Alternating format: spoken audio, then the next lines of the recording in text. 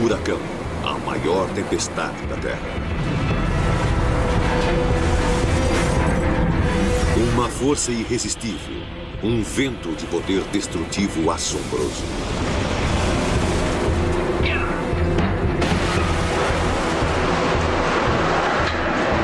Ele destrói edifícios. Sua chuva pesada inunda a Terra. Furacões, a fúria liberta do nosso planeta feroz.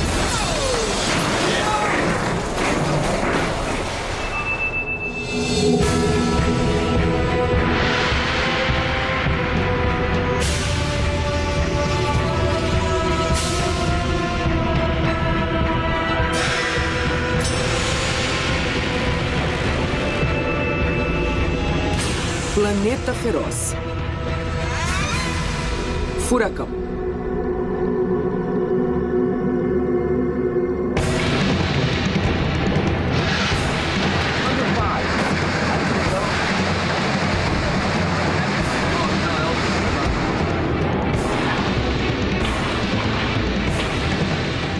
A cada dia, um furacão pode liberar tanta energia quanto 8.000 bombas de hidrogênio de 1 megaton cada uma.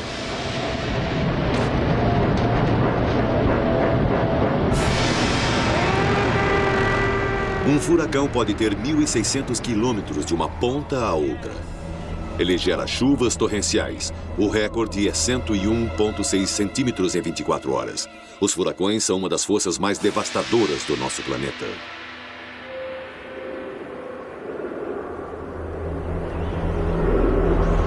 Carolina do Norte, 6 de setembro de 1996. A manhã seguinte ao furacão Fran.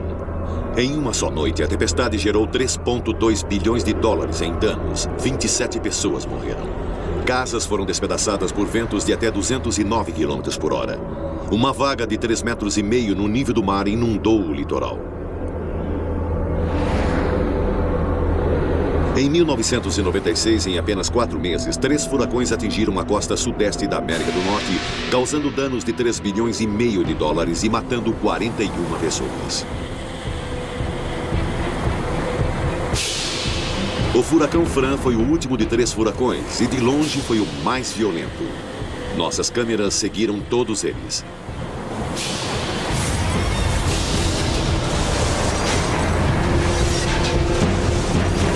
Apesar dos furacões não receberem nomes até 1953, eles sempre devastaram a costa da América. Na época que antecedeu as previsões sofisticadas, os danos e perdas de vidas por causa dos furacões eram estarrecedores.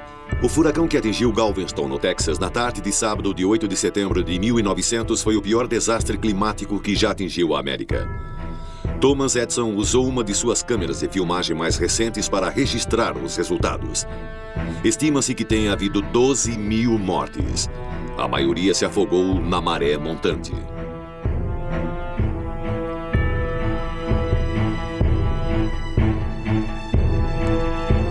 Se a grande tempestade que atingiu Rhode Island em 1938 atingisse a ilha novamente hoje, haveria muito mais mortes. A população cresceu tanto que inúmeras e modernas casas à beira-mar seriam inundadas. O centro de Providence ficou submerso em 4,5 metros de água e 600 pessoas morreram.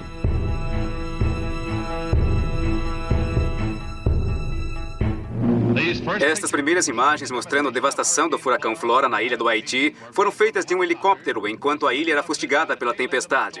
É um panorama de ruína e desolação. Entre 26 de setembro e 13 de outubro de 1963, o furacão Flora assolou o Caribe. Ele passou pelo Haiti, matando 4.000 pessoas e devastando plantações e casas numa grande área. Um dia depois, a mesma tempestade chegou a Cuba. Ela passou 4 dias atravessando a ilha e voltando a atravessá-la. 4.000 pessoas morreram.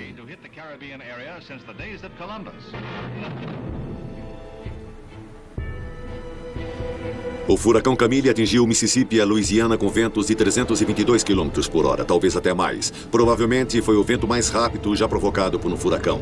76 centímetros de chuva em apenas 6 horas. A maré montante foi de 8,20 metros. 26 pessoas se refugiaram em um edifício de concreto supostamente à prova de tempestades, mas apenas uma não morreu. O único sobrevivente flutuou para fora do edifício por uma janela no terceiro andar sobre um colchão antes do edifício desabar.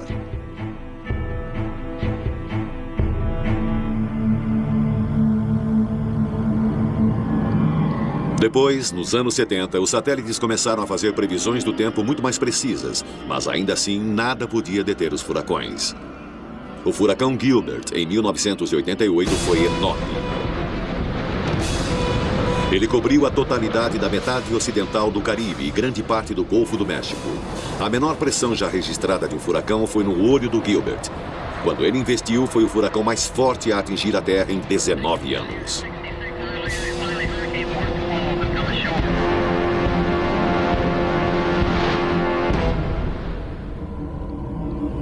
O furacão Andrew, em agosto de 1992, custou muito mais do que qualquer outro furacão anterior. Ele atingiu uma área densamente povoada na costa da Flórida, ao sul de Coral Gables.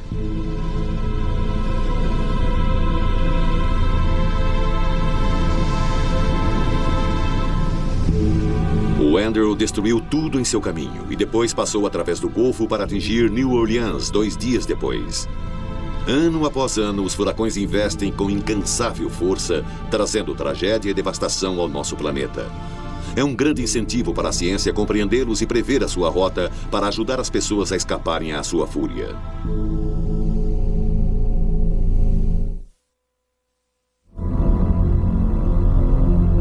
A temporada de furacões no Atlântico começa quando chega o verão e a água perto da costa da África Ocidental começa a se aquecer.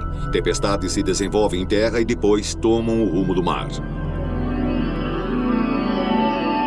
Todo ano, 100 pequenas tempestades alcançam esse estágio. Se a temperatura da água estiver a 27 graus centígrados ou mais, essas tempestades podem se intensificar e se organizar para formar depressões tropicais. Em 2 semanas, esta pequena área de baixa pressão pode se tornar o mais poderoso sistema climático do mundo.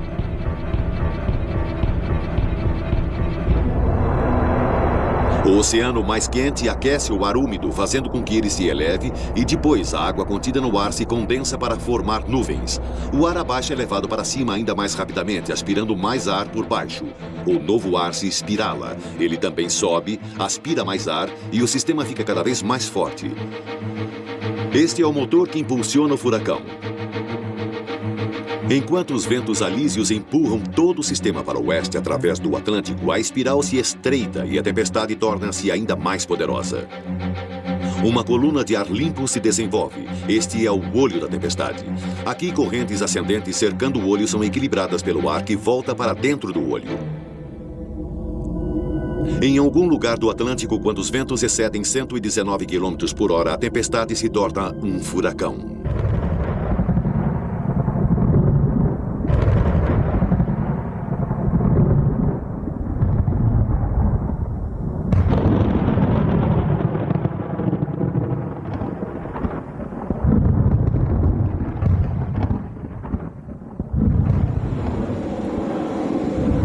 Em Miami, meteorologistas do Centro Nacional de Furacões monitoram essas tempestades 24 horas por dia. Sua meta é prever quais depressões irão se desenvolver até formarem furacões e quais ameaçarão a América. Essas são as pessoas que devem tentar decidir qual tempestade será perigosa. Como resultado de suas decisões, milhares de pessoas serão evacuadas. Mas se fizerem uma previsão errada, milhões de dólares serão desperdiçados ou milhares de vidas serão arriscadas. Numa tentativa de previsão, eles necessitam de informações precisas sobre o que cada tempestade está fazendo, enquanto ainda está a quilômetros de distância no meio do oceano. Eles recebem relatos de navios, aviões comerciais, aviões especiais de caça a furacões e radares costeiros. Mas a sua melhor fonte são os satélites, a milhares de quilômetros no espaço. 5, 4, 3, 2, 1. Ignição. Nossos motores estão ligados e funcionando. E temos a decolagem do Atlas Centauro 77 e do satélite meteorológico GOES-J.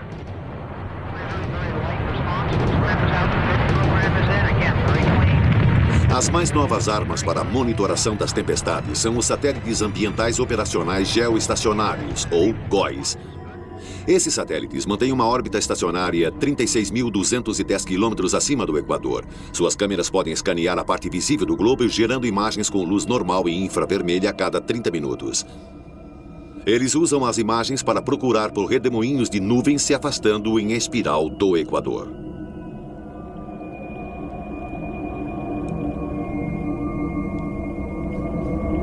Mas é só do espaço que podemos apreciar a verdadeira escala de um furacão. Um furacão pode ter até 1.609 quilômetros de extensão, tão grande que o seu topo pressiona contra o teto da atmosfera inferior, a 18.288 metros de altitude. Sua incrível beleza e aparente calma escondem uma verdade inevitável. Os furacões são assassinos numa escala titânica. Todos os anos na América eles matam muitas pessoas e causam bilhões de dólares em prejuízos. Mas o maior assassino não é o vento, é a água. A baixa pressão de um furacão categoria 2 é forte o bastante para aspirar o oceano para dentro de um domo de 91 centímetros. Como os ventos levam a vaga em direção à terra, seu domo pode alcançar 2,40 metros ou mais. E em locais onde a linha costeira é rasa, o vagalhão pode chegar até 9,10 metros de altura. Bilhões de toneladas de água varrem a terra com um incrível poder de destruição. Este é o furacão Opal, quando atingiu a praia em Pensacola, Flórida, em 4 de outubro de 95. O Opal causou grandes inundações. O Opal surpreendeu os meteorologistas quando subitamente se fortaleceu algumas horas antes de atingir a costa. Em determinado momento estava tão forte que tinha rajadas de até 241 km por hora. Mas pior ainda, o vagalhão e as ondas se combinaram para produzir uma elevação de 4,60 metros no nível do mar. De todas as pessoas que morrem em furacões a cada ano, 90% morrem afogadas.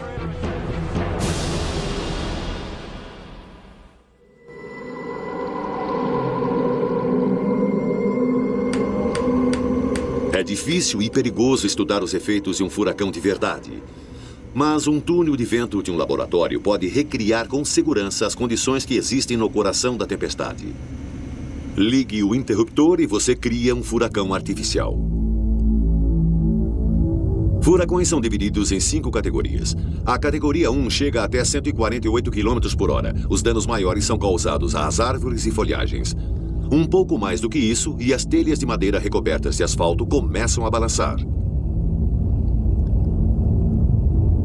Eleve a velocidade do vento para mais de 161 km por hora e algumas das telhas de madeira começam a rasgar. Até esse ponto, as telhas cerâmicas mais pesadas não sofrem nenhum dano. Mas enquanto a velocidade do vento aumenta para 177 km por hora, até elas começam a partir.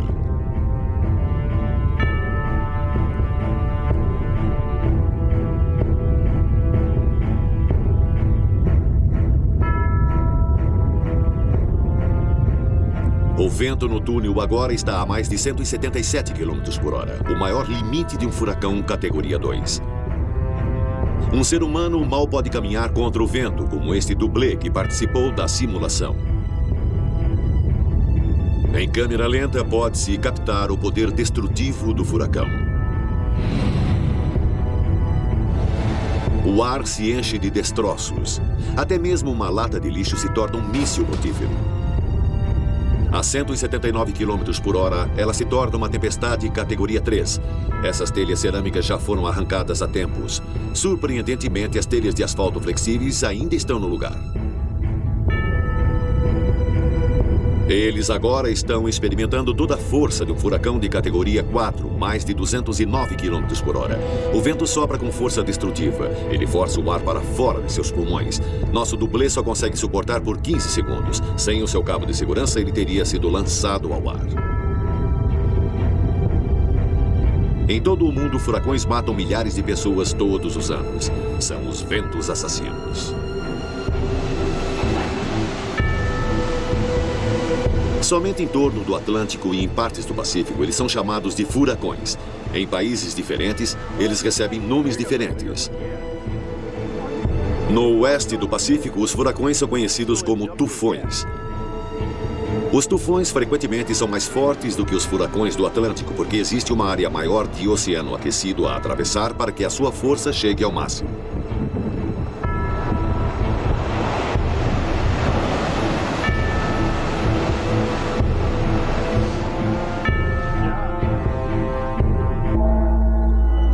Em média, o Japão é atingido por 2 tufões fortes a cada ano. Esse país estava sendo devastado por alguns dos mais fortes ventos já ocorridos em qualquer lugar do mundo. E não só os tufões são maiores do que os furacões do Atlântico, mas também existem o dobro deles. Existem mais do que 20 tufões com máximo de sua força no oeste do Pacífico num ano. Na Austrália, essas mesmas tempestades são chamadas ciclones. No hemisfério sul, os ventos da tempestade giram no sentido horário em torno do olho. O pior ciclone da Austrália atingiu Darwin no Natal de 1974. Ele matou 48 pessoas. Os danos a Darwin foram terríveis. A maior parte da cidade foi destruída nessa única tempestade. Os ciclones também atingem as costas da Índia e Bangladesh. A maior parte de Kutubdia desapareceu sob 6 metros de água do mar. Esta é uma das regiões mais densamente povoadas do nosso planeta. Aqui eles matam em grande escala. Uma sujeira venenosa foi deixada pelas inundações. 60% da população da ilha, cerca de 74 mil pessoas, foi morta.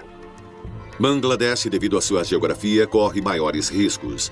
Numa única noite, em 1991, o ciclone 2B levou 138 mil vidas. Mas o pior ciclone de Bangladesh afogou mais de 300 mil pessoas. Os ciclones são comuns em Andhra Pradesh todo o ano. Mas este ano, as vagas e os ventos do furacão chegaram a mais de 135 km por hora.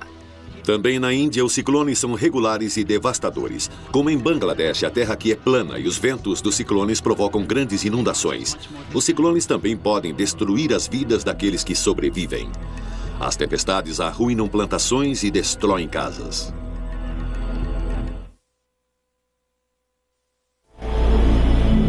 No início de julho de 1996, no Centro Nacional de Furacões de Miami, o clima está tenso. A segunda tempestade da estação deixa todos preocupados. Seu nome, Berta.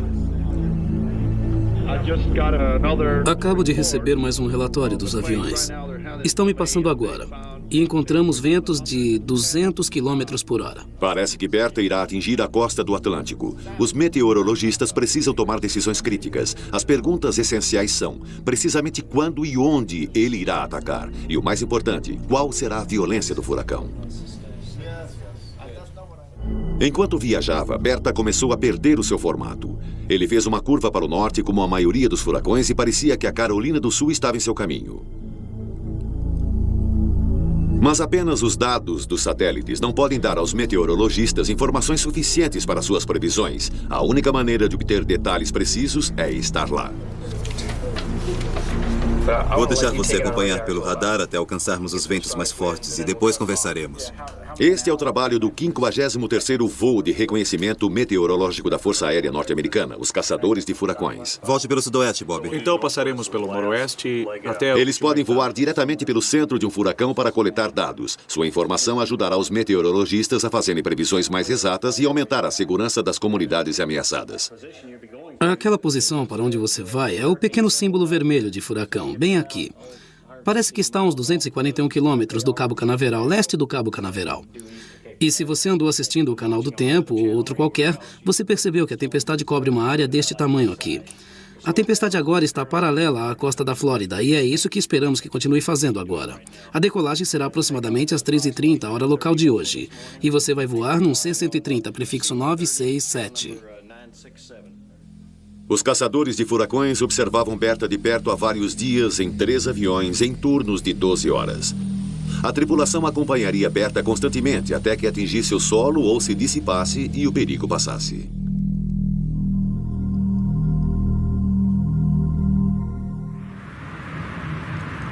Berta parece programado para atacar em 48 horas.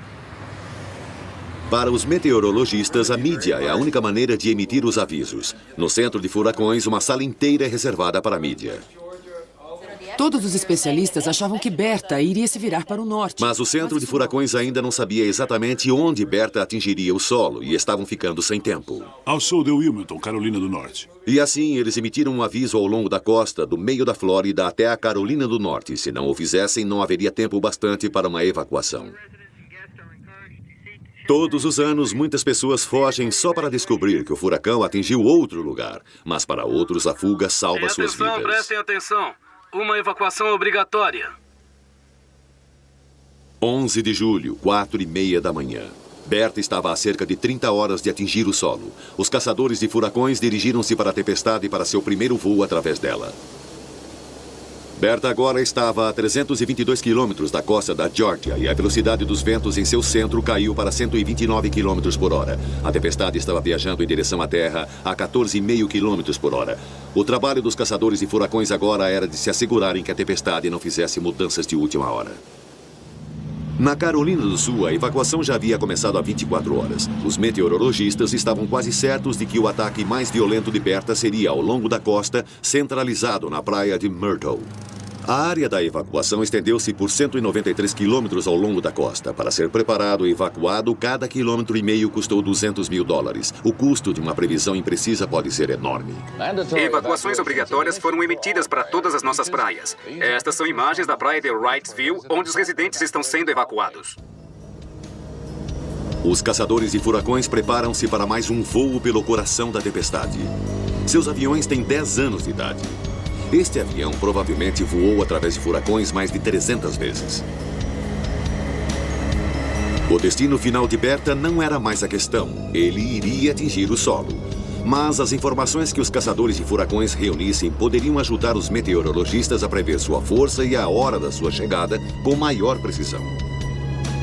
Eles entraram na tempestade a 3.408 metros e voaram nivelados diretamente através dela.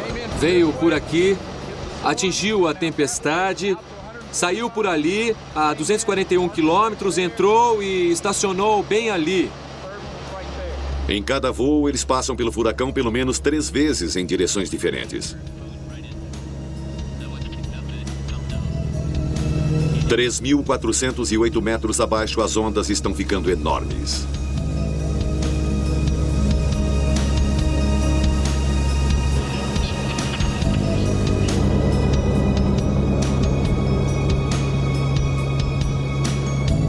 Nesse momento, Berta parecia estar perdendo a sua estrutura. Seu olho tinha perdido seu formato.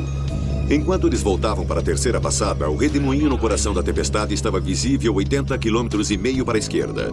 Os dados retornados pelos caçadores de furacões mostraram que os ventos de Berta tinham diminuído um pouco, mas não o bastante para poder relaxar. Os ventos estão a 129 km por hora. A tempestade está entrando pelo Gulf Stream. Não parece que as condições são ideais para a reintensificação, mas esse é só um fato. E precisamos dar uma chance à tempestade. Ainda não vamos encerrar. Esperamos que ele vá para a praia nas próximas 24 horas como um furacão, e é um furacão enorme. Final da tarde. Praia de Myrtle, Carolina do Sul. Previu-se que o centro da tempestade iria atingir o solo aqui às 12 horas do dia seguinte. Em apenas 18 horas, esta costa teria de suportar ventos de até 161 km por hora. Alguns corajosos, talvez tolos, ficaram para suportar a tempestade.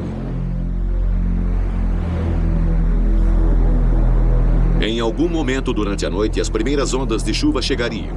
Além do vento e do vagalhão, haveria 20 a 30 centímetros e meio de chuva nas 24 horas seguintes.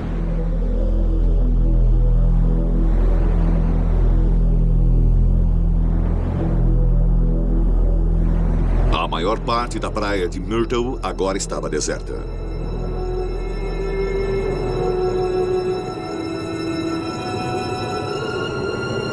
Relatos de um avião da Força Aérea e de um radar Doppler de Wilmington indicam um vento máximo sustentado de 169 km por hora e alguma flutuação em intensidade esperada antes que atinja o solo. Os ventos já começaram a aumentar ao longo da costa na área de risco e irão continuar durante todo o mês. Enquanto a noite caía, milhares de pessoas se acomodaram em dormitórios improvisados no interior e seguiam o curso do furacão pelos noticiários. Como estão as coisas na praia de Myrtle? Como estão os ventos lá? Eu vou te dizer uma coisa. Não estamos com muitos ventos comparado ao que você está falando. Em relação às forças do vento de um furacão, houve rajadas de até 97 km por hora no Pier Springer May. Mas isso foi 1 hora ou 2 antes de nossa última checagem com vocês. Foi uma noite de incertezas. Na próxima noite, pode não haver um lar para se voltar. Estamos prevendo que vai ser um dia muito longo. Na noite seguinte, o furacão tinha virado ligeiramente para a direita. Em vez da praia de Myrtle, Bertha agora fazia pontaria em Wilmington, Carolina do Norte, 121 quilômetros mais para o norte. De repente, os seus ventos tinham aumentado para mais de 161 quilômetros por hora. Sala de controle de emergências de Wilmington. Tenho mais 300 abrigos disponíveis. Este era o centro de controle que lidaria com os desastres que Bertha poderia trazer. Apenas 2 horas antes do furacão atingi-los, a equipe estava se assegurando de que todos estivessem preparados. Um coordenador para a escola Blair abrir e ser um abrigo se for preciso. Muito bem. Tem um alarme de incêndio que não conseguimos desligar em Trask. É o alarme de incêndio de uma escola. Precisamos de alguém que vá lá e desative esse alarme. Podemos chamá-los ao telefone para fazê-lo, não é? Eles estavam decidindo onde alojar mais pessoas. Prossiga. E outra questão é saber se precisaremos de mais pessoas para abrir outras frentes de Eles precisavam resgate. estar preparados para lidar com prédios desmoronados, falta de força, estradas bloqueadas e quaisquer mortes que Bertha certamente causaria. Sim, uma vez que os ventos tenham diminuído para nos expandirmos. O centro do furacão Bertha está localizado próximo à latitude 32,8 norte, longitude 78,4 oeste, 169 quilômetros ao sul de Wilmington. Bertha está indo para o norte a 21 quilômetros por hora. É esperado que continue assim hoje. Em Wilmington e na costa, os ventos começaram a aumentar.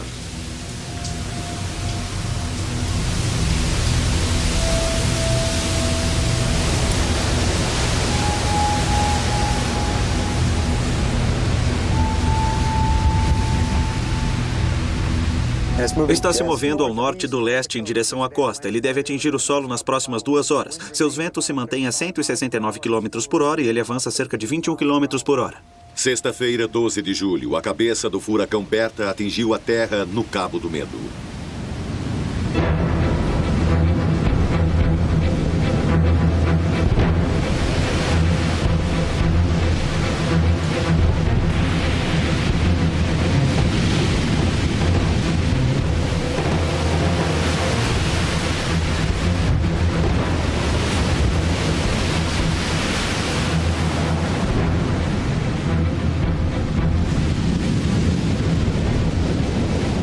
Bertha desceu um pouco mais ao norte da previsão original, um pouco mais tarde e com muito mais potência.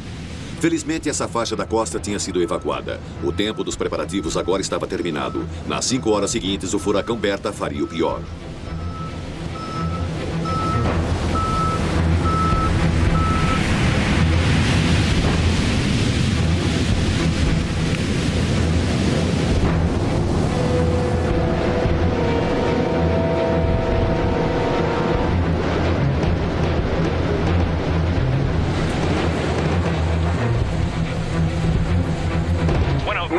GI continuando a nossa cobertura do Bertha 1140. O Bertha agora está com ventos de 169 quilômetros. Todos os preparativos para proteger vidas e propriedades já deveriam estar completos. Tá ventando muito aqui. Na sala de emergência de Wilmington, só restava esperar. Qualquer um que tivesse se ferido gravemente ou que estivesse no lugar errado estaria desamparado no meio da tempestade. Depois que os ventos atingiram 113 km por hora, os serviços de emergência não faziam mais atendimentos. Tudo o que podiam fazer era estabelecer prioridades para depois da passagem do furacão. Vou te dar a combinação do portão num minuto. Mais alguma coisa? Você precisa de mais alguma coisa além do abrigo ao lado?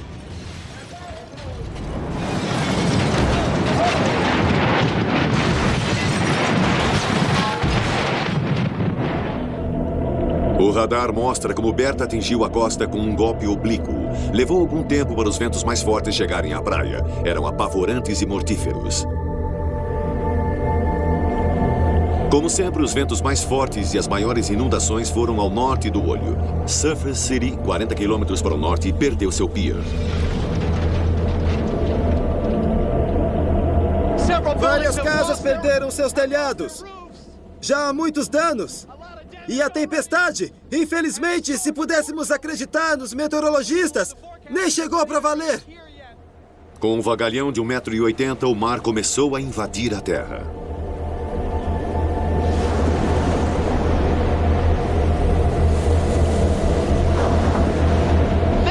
Essa é a sensação de estar bem no meio dele. Se dermos a volta nessa esquina e estiver ruim, eu vou dar o fora daqui. Eu já passei por tempestades de neve, mas nunca por um furacão. Não entendi. Eu já passei por tempestades de neve, mas nunca por um furacão. Bom, agora você pode dizer que já passou. Definitivamente. Berta fustigou a costa da Carolina do Norte com ventos de mais de 160 km por hora. Depois, subitamente, um pouco de paz voltou a reinar. No olho do furacão, até o céu azul apareceu. Os ventos e a chuva minguavam na paisagem suavizada. A tempestade estava apenas na metade, mas a destruição era tremenda. Centenas de relatos de danos começaram a jorrar no centro de emergência. Cuidaremos dos danos assim que a tempestade passar e restabeleceremos a energia em seguida. Não faremos nada até a tempestade passar. Em todo furacão, esta pausa dá uma falsa sensação de que tudo acabou, mas ainda é cedo para começar o verdadeiro trabalho de resgate. Depois que o olho passa na segunda metade da tempestade, os ventos começam a vir da direção oposta.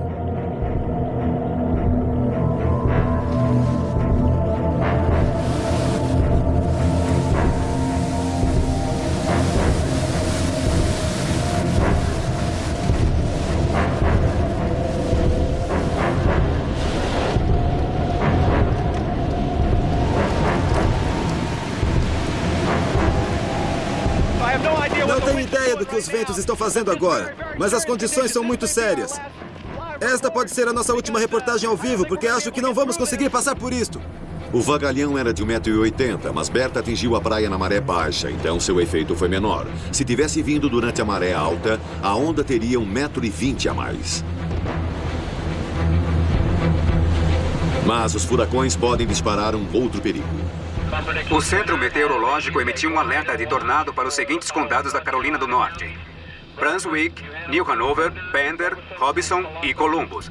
Um alerta de tornado significa que as condições são favoráveis à formação de tornados e grandes tempestades numa área próxima ao furacão.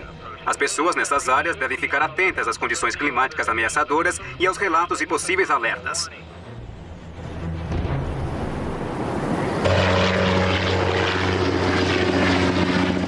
Na manhã seguinte, Berta tinha ido embora. Seu lugar foi ocupado por um céu limpo e azul. A praia de Carolina normalmente fica a apenas alguns metros acima do oceano e as inundações ainda não tinham escoado. Fazer a cidade voltar ao normal levaria meses.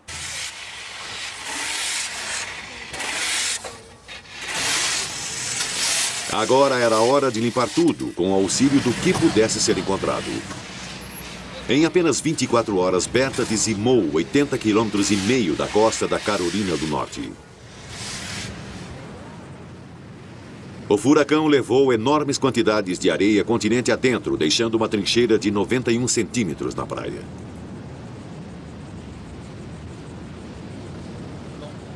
Ele tinha literalmente jateado com areia as faces dos edifícios próximos.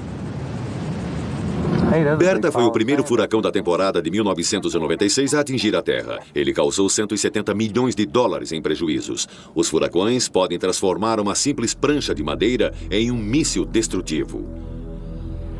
Qualquer estrutura alta fica exposta a toda a força do vento. Os furacões danificam as comunicações e os serviços elétricos.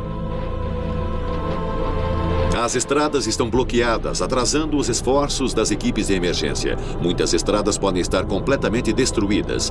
O vagalhão e as ondas levadas pelos ventos simplesmente as carregam.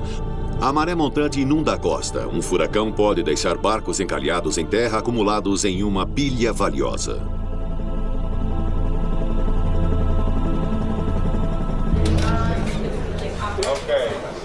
Em Miami, no centro de furacões, os meteorologistas estão cansados, mas felizes. Sua previsão do caminho que Berta tomaria foi precisa o suficiente para que as partes certas da costa fossem evacuadas. Mas eles ainda estavam em serviço. Existem, em média, 6 furacões atlânticos por ano. Em algum lugar lá fora, um outro furacão assassino pode estar se formando.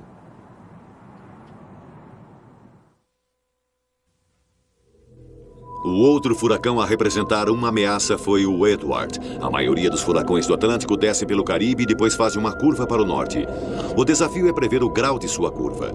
Em 1992, o furacão Andrew praticamente não fez uma curva e acertou a Flórida em cheio. Mas Edward virou tanto para o norte que parecia que não acertaria a terra. Mas ele se alinhou um pouco e acertou a ilha de Nantucket no dia 2 de setembro, matando 2 pessoas. Edward foi o furacão mais forte do ano, mas felizmente ele ficou grande parte do tempo no mar. No dia 25 de agosto, ele se tornou um furacão da categoria 4, com ventos superiores a 225 km por hora. Nos 9 dias seguintes, os ventos nunca foram inferiores a 185 km por hora.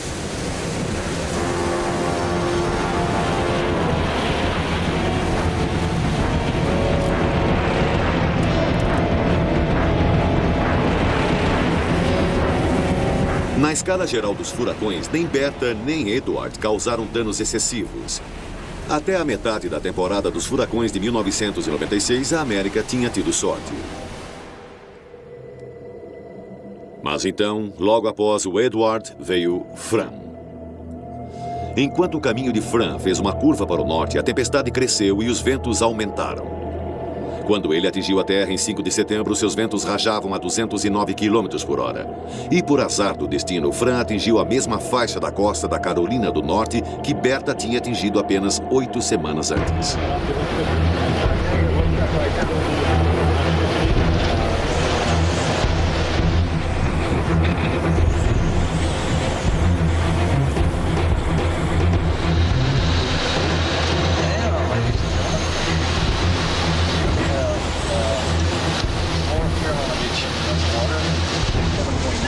Fran era um gigante.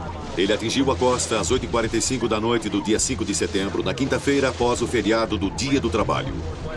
Esta é exatamente a mesma cidade de veraneio, a praia de Carolina, que o furacão Bertha tinha varrido. Os alertas de enchentes valem para toda a região do Cabo do Medo. Há avisos em outros locais e alertas de furacão novamente na costa, nas áreas costeiras. Há alerta de ventos fortes no continente. E também queremos lembrá-los de que é um alerta de tornado nas próximas horas para toda a área.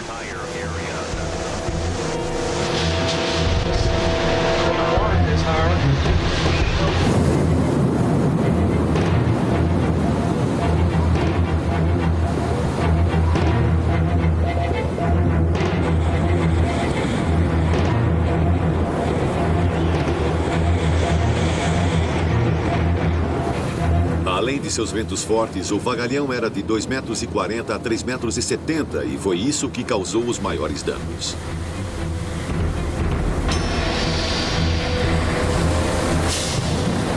Fran era um furacão categoria 3 em toda a sua força.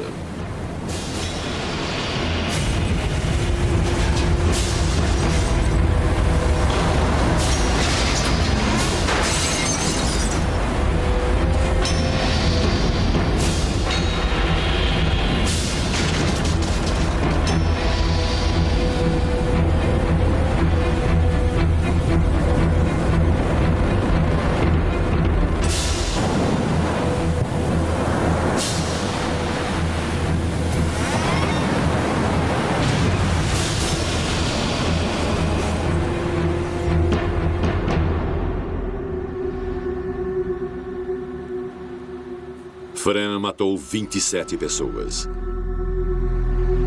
Ele destruiu quase 2.000 casas. O total dos danos chegou a 3 bilhões e 200 milhões de dólares. A sorte tinha acabado para os habitantes da Carolina do Norte. Fran tinha destruído quaisquer esperanças de uma temporada de furacões calma.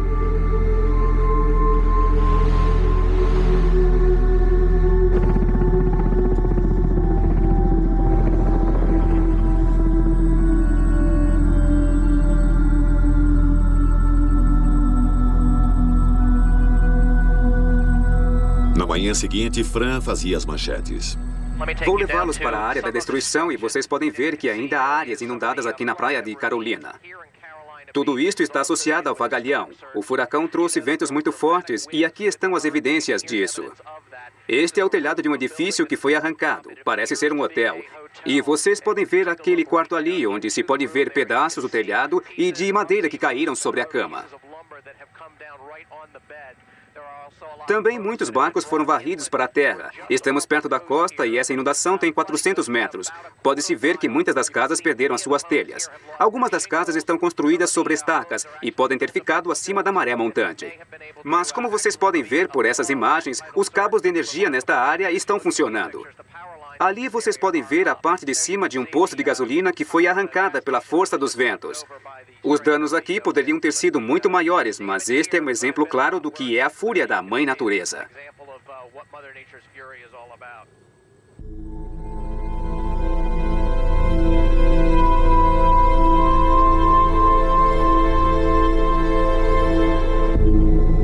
Sem o mar aquecido sob eles, os furacões não têm nenhum calor para levá-los e eles desmoronam.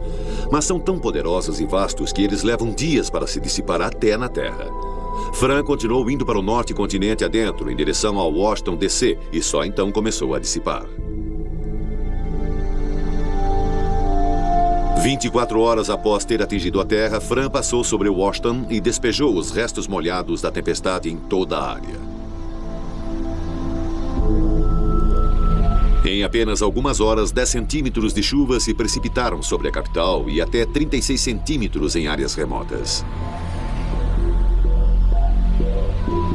O rio Potomac elevou-se 2 metros do nível da inundação e rompeu suas margens.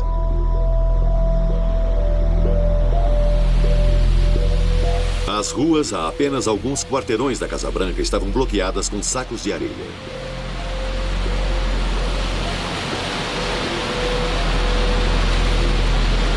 As avenidas Constitution e Independence estavam fechadas devido às inundações.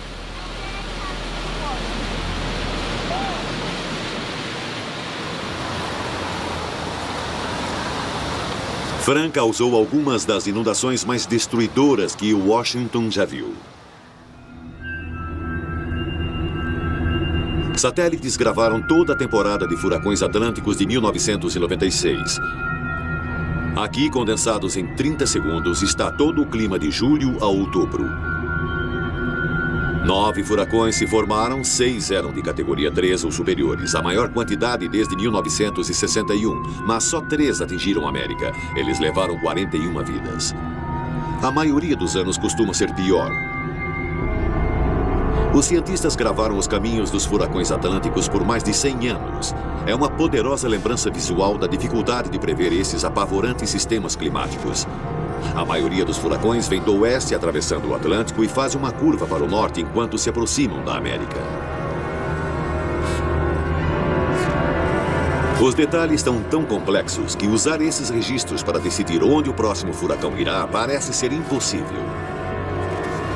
Ainda assim, a compreensão dos complexos sistemas do nosso planeta pela ciência está tornando a previsão precisa uma realidade.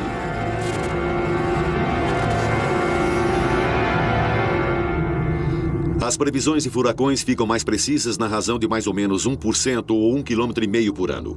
A cada ano, menos pessoas são desnecessariamente evacuadas e os avisos são dados com cada vez mais antecedência. Mas cada vez mais pessoas se mudam para a costa todos os anos. Então, as evacuações demoram mais. As previsões são mais antecipadas e melhores, mas a situação geral na realidade fica pior. Algum dia, o coração de um furacão irá passar sobre uma grande cidade. New Orleans, Miami ou Atlantic City. A devastação será terrível.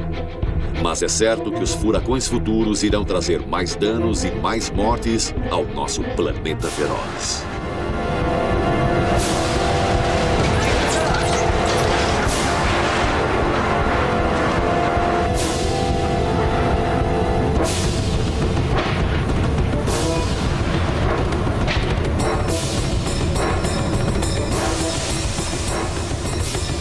Versão brasileira. Tempo Filmes. São Paulo.